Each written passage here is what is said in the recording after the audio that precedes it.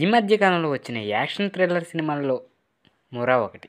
రియా సీబు నిర్మించిన సినిమాకి మహమ్మద్ ముస్తఫా డైరెక్షన్ అయితే చేశారు. నవంబర్ 8న అయితే థియేటర్లోకి వచ్చిన సినిమా ఇప్పుడు సూపర్ హిట్ టాక్ తెచ్చుకుంది.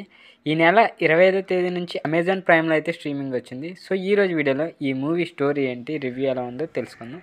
సో అప్పటి వరకు మనం తెలుసుకునే ముందు ఎవరైనా మన ఛానల్ కొత్తవారు చూసినట్లయితే తప్పకుండా ఛానల్ సబ్స్క్రైబ్ అయితే చేసుకొని వీడియోని లైక్ చేయండి. ఇక కథ విషయానికి వెళ్ళిపోతే ఆనంద్, షాజీ, మను, మనఫ్ ఈ నలుగురు మంచి స్నేహితులు.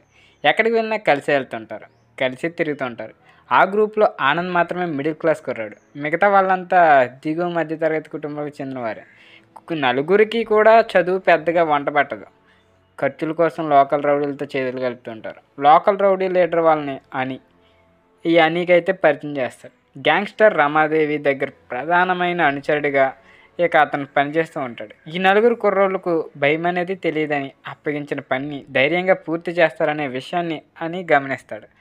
తన గ్రూప్లో అలాంటి కుర్రోళ్ళు ఉండాలని భావించి వాళ్లకు అడ్వాన్స్ ఇస్తాడు. ఇక అప్పటి నుంచి నలుగురు కుర్రోళ్ళు చెలరేగిపోతారు. ఒక సీక్రెట్ ప్లేస్లో పెద్ద మొత్తంలో బ్లాక్ మనీ ఉంటుంది. మదురై ప్రాంతంలో దాచబడిన ఆ బ్లాక్ మనీని తీసుకొచ్చే బాధ్యతను ఆ నలుగురు కుర్రోళ్ళకి అప్పగించాలని అయితే అని అనుకుంటాడు. వాళ్ళపై తనకి పూర్తి నమ్మకం ఉందని అయితే రమాదేవిని ఒప్పిస్తాడు. ఈ నలుగురు కుర్రోళ్ళు మదురైకి చెందిన లోకల్ కుర్రోళ్ళని ఇద్దరిని వెంట పెట్టుకొని బ్లాక్ మనీ దాచిన ప్రదేశానికి అయితే చేరుకుంటారు. అక్కడ ఏం జరుగుతుంది, ఊహించిన ఆ సంఘటనతో వాళ్ళ జీవితం ఎలాంటి మలుపు తిరిగింది అనేది మిగతా స్టోరీ. ఇక సురేష్ బాబు అందించిన కథ ఆ నలుగురు కుర్రోళ్ళు అందరూ 21, 20 సంవత్సరాల లోపే వాళ్ళు ఉంటారు. ఇంట్లో వాళ్ళు చదువుకోమన్నా ఏదైనా పని చేసుకోమన్నా పెద్దగా పట్టించుకోరు. ఇక ఫ్యామిలీ బరువు బాధ్యతలు ఎంత మాత్రం పట్టినవారే. సరదా కబుర్లు చెప్పుకుంటూ కులాసాగా బైకులపై తిరిగితే ఉంటారు. అలాంటి కుర్రోళ్ళ ఖర్చులకి అవసరమైన డబ్బు కోసం రౌడీ గ్యాంగ్తో చేతులు కలపడంతో ఈ స్టోరీ స్టార్ట్ అవుతుంది. సో ఇక డైరెక్టర్ ఈ నలుగురు స్నేహితుల్ని పాత్రలో డిజైన్ చేసిన క్యారెక్టరైజేషన్ అయితే ఎక్కువ మార్కులు కొట్టేయడని చెప్పొచ్చు. ఈ 4 క్యారెక్టరైజేషన్ అయితే చాలా ప్రభావవంతంగా ఉంటాయి. ఇచ్చిన మాట కట్టుబడి ఉండటం, స్నేహానికి కట్టుబడి ఉండటం, ఇంకా ఆడియన్స్కి అయితే మెయిన్ పాయింట్ అనేలాగా ఇది చూపించారు. ఇక్కడి నలుగురు ఆడియన్స్ వైపు నుంచి మంచి మద్దతు లభిస్తారు. వాళ్ళతో కలిసి ఎమోషనల్గా ట్రావెల్ అయ్యేలా అయితే చేస్తారు. ఈ నలుగురు కుర్రోళ్ళు గ్యాంగ్స్టర్ కోసం పనిచేయడం ఫస్ట్ పార్ట్గా అయితే, గ్యాంగ్స్టర్తోనే తలబట్టడం సెకండ్ పార్ట్గా అయితే తీసుకొస్తారు. అందుకు సంబంధించిన సీన్స్ సహజత్వానికి చాలా దగ్గరగా ఉంటాయి.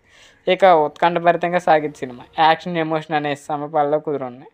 సో ఇక ఎక్కడా సినిమాటిక్గా ఏది అనిపించదు, కానీ మొదటి నుంచి చివరి వరకు కదలకుండా కూర్చోబెట్టడంలో డైరెక్టర్ సక్సెస్ అయ్యాడనే చెప్పాలి. ఇక మెయిన్ క్యారెక్టరైజేషన్ పోషించిన నలుగురు కుర్రాళ్ళు తమ పాత్రలకు పూర్తి న్యాయం చేశారు. అడ్డదారి తొక్కిన ఆగతాయిల బిహేవియర్ ఎలా ఉంటుందో అలాగే చేశారు. వాళ్ళు నటిస్తున్నట్టుగా అనిపించదు. అంత గొప్ప అవుట్పుట్ అయితే ఇచ్చారని చెప్పొచ్చు. ఎందుకంటే న్యాచురాలిటీ ఉంటాయి. ఈ రోజుల్లో చూడొచ్చు కుర్రోళ్ళు ఎంత అలా ఉన్నారో, సేమ్ అదే ఈ మూవీలో అయితే చూపించారు. ఇక మాలాపార్వతి యాక్షన్ గురించి ప్రత్యేకంగా చెప్పనవసరం లేదు. ఇక ఫజిల్ నజర్ ఫోటోగ్రాఫ్ బాగుంది. యాక్షన్ చేసింగ్ సీన్స్ అయితే ఎక్సలెంట్గా ఉన్నాయి. క్రిస్టీ జోబీ అందించిన మ్యూజిక్ అయితే ఈ సినిమాకి మెయిన్ పాయింట్ అనే చెప్పొచ్చు. మెయిన్ పిల్లర్ అదే మ్యూజిక్. ఈ థీమ్ మ్యూజిక్ హైలైట్గా అయితే నిలిచింది. చామన్ చాకు ఎడిటింగ్ కూడా మెప్పిస్తుంది. మనకి ఎక్కడ అనవసరమైన సీన్ అనేది అనిపించదు. ఈ సినిమాలో 1-2 చోట్ల కొంచెం మర్డర్ సీన్స్ అవి ఉంటాయి, అవి కనిపిస్తాయి. అది కూడా చివరిలో అది అంతే తప్పించి ఇంకా జీవితం ఎంత అందమైన సరదా కోసం, సంతోషాల కోసం, తాత్కాలికమైన ఆనందాల కోసం అడ్డుదారిలో వెళ్ళకూడదని, ఒకవేళ అలా చేస్తే జీవితాలు అర్ధంతరంగా మూసిపోతాయని, స్నేహం నీ ఆయుధం అయినప్పుడు దాన్ని మంచి కోసం ఉపయోగించనే మెసేజ్ ఓరియంటెడ్ మూవీ ఈ మూర. సో ఈ మూవీని మీలో ఎంతమంది చూసారో కింద కామెంట్ రూపంలో తెలియజేయండి. వీడియో నచ్చితే తప్పకుండా లైక్ చేయండి. ఇలాంటి మూవీ స్టోరీస్ కోసం మన ఛానల్ తప్పకుండా సబ్స్క్రైబ్ అయితే చేసుకోండి.